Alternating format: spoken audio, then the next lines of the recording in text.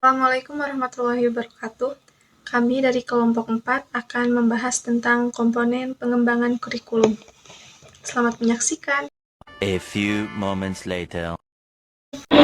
Yang pertama, kita akan membahas mengenai tujuan kurikulum. Tujuan kurikulum yaitu sebagai alat pendidikan untuk menghasilkan siswa yang berintegrasi. Kurikulum juga membuat siswa mengerti sistem pendidikan yang diterapkan, sehingga siswa dapat memutuskan pendidikan yang ia inginkan di jenjang selanjutnya. Tujuan kurikulum juga untuk memeratakan pendidikan dalam negara, membimbing serta mendidik siswa agar menjadi pribadi yang cerdas, berpengetahuan tinggi, kreatif, inovatif, bertanggung jawab, dan siap masuk dalam kehidupan bermasyarakat. Jadi tujuan kurikulum itu sebagai pegangan sejauh mana tujuan pembelajaran itu bisa tercapai. Kemudian ada sumber-sumber tujuan. Yang pertama, kebudayaan masyarakat, yang kedua individu, dan yang ketiga ada mata pelajaran.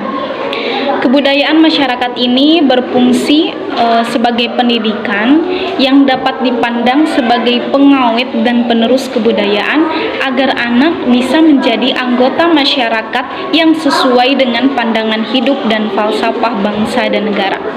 Kemudian sumber tujuan yang kedua yaitu individu. Tujuan pendidikan tak dapat dipahami semata-mata berdasarkan kepentingan individu. Adanya perbedaan individu juga harus diperhatikan dalam pendidikan, justru dapat memperkaya kehidupan masyarakat. Maka sebenarnya individualitas dan sosialisasi bukan dua hal yang bertentangan, melainkan yang bersifat komplementer dan saling melengkapi. Kemudian yang ketiga, sumber tujuan yaitu mata pelajaran. Sumber utama tujuan ketiga ini adalah pengetahuan yang dituangkan dalam berbagai disiplin ilmu.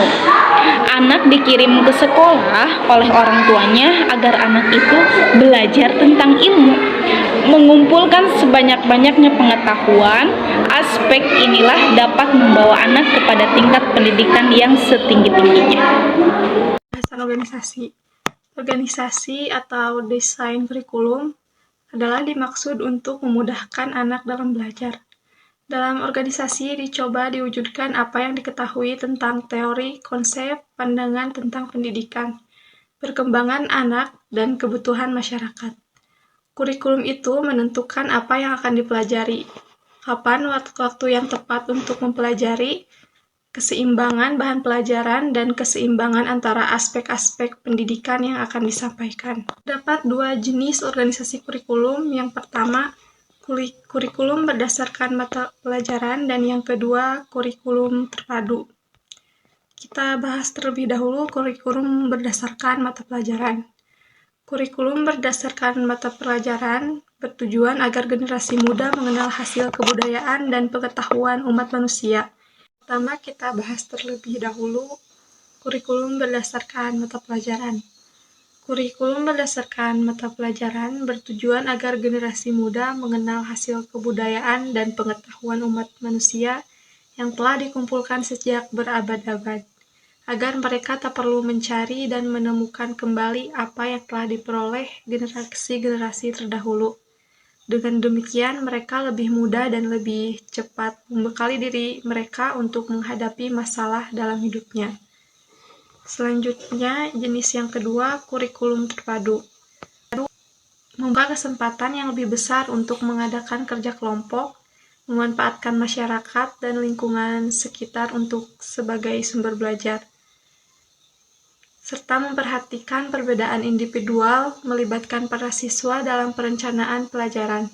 Kurikulum terpadu juga terbagi menjadi 3 bagian. Yang pertama, berdasarkan social function, dapat didasarkan atas analisis kegiatan utama manusia dalam masyarakat dalam social function atau major areas of living. yang antara lain terdiri atas yang pertama, perlindungan dan pelestarian hidup, yang kedua, produksi barang dan jasa serta distribusi, yang ketiga, konsumsi benda dan jasa, yang keempat, komunikasi dan transportasi, yang kelima, rekreasi, yang keenam, ekspresi rasa keindahan, yang ketujuh, ekspresi rasa keagamaan, yang kedelapan, pendidikan, kesembilan, perluasan bebas, dan kesepuluh, integritas kepribadian, serta yang terakhir, yang ke-11, penelitian.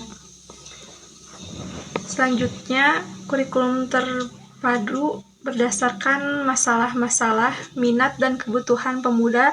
Kurikulum terpadu ini dapat didasarkan atas kebutuhan, minat, dan masalah-masalah yang dihadapi para siswa. Terdapat 11 bidang dalam masalah ini. Yang pertama, kesehatan dan perkembangan fisik. Kedua, keuangan, keadaan hidup. Ketiga, kegiatan sosial. Keempat, hubungan dengan jenis kelamin. Yang kelima, hubungan sosial psikologis. Yang keenam, hubungan pribadi psikologis. Yang ketujuh, moral dan agama. Kedelapan, rumah dan keluarga. 9, masa depan, jabatan. Ke-10, penyesuaian dengan pekerjaan sekolah. Dan yang terakhir, kurikulum dalam proses belajar mengajar yang diselidiki adalah masalah-masalah yang nyata. Selanjutnya, di dalam kurikulum terpadu terdapat kurikulum inti. Kurikulum inti yaitu suatu program yang berupa unit-unit masalah, di mana masalah-masalah diambil dari suatu mata pelajaran tertentu dan mata pelajaran lainnya yang diberikan melalui kegiatan-kegiatan belajar dalam upaya memecahkan masalah. Selanjutnya yaitu mengenai evaluasi kurikulum. Evaluasi kurikulum merupakan komponen untuk melihat efektivitas pencapaian suatu tujuan kurikulum. Dalam konteks kurikulum, evaluasi ini dapat berfungsi untuk mengetahui apakah tujuan itu telah tercapai atau belum. Jadi, evaluasi kurikulum juga ini bisa digunakan sebagai umpan balik dalam perbaikan strategi yang ditetapkan dalam proses belajar mengajar.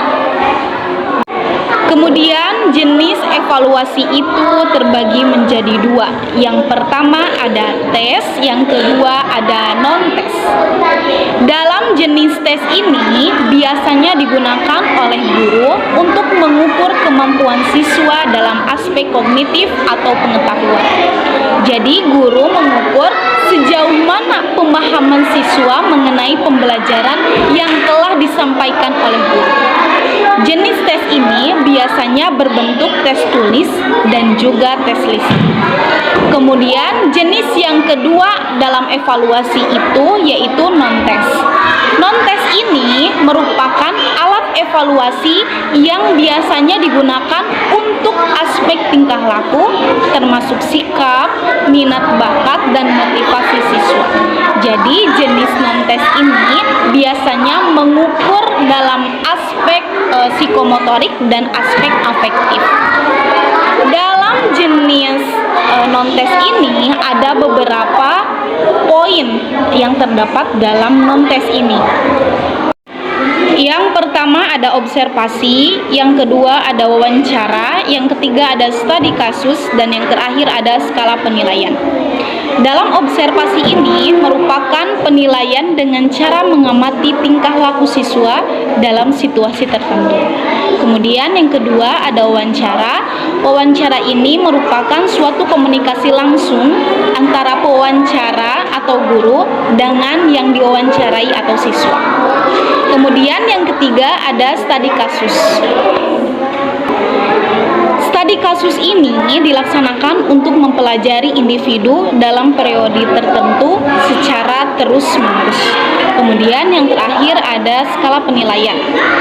Skala penilaian adalah salah satu alat penilaian dengan menggunakan alat yang telah disusun dari yang negatif sampai menjadi positif, sehingga pada skala tersebut penilai tunggal membubuhi suatu tanda. Selanjutnya isi kurikulum atau bahan ajar.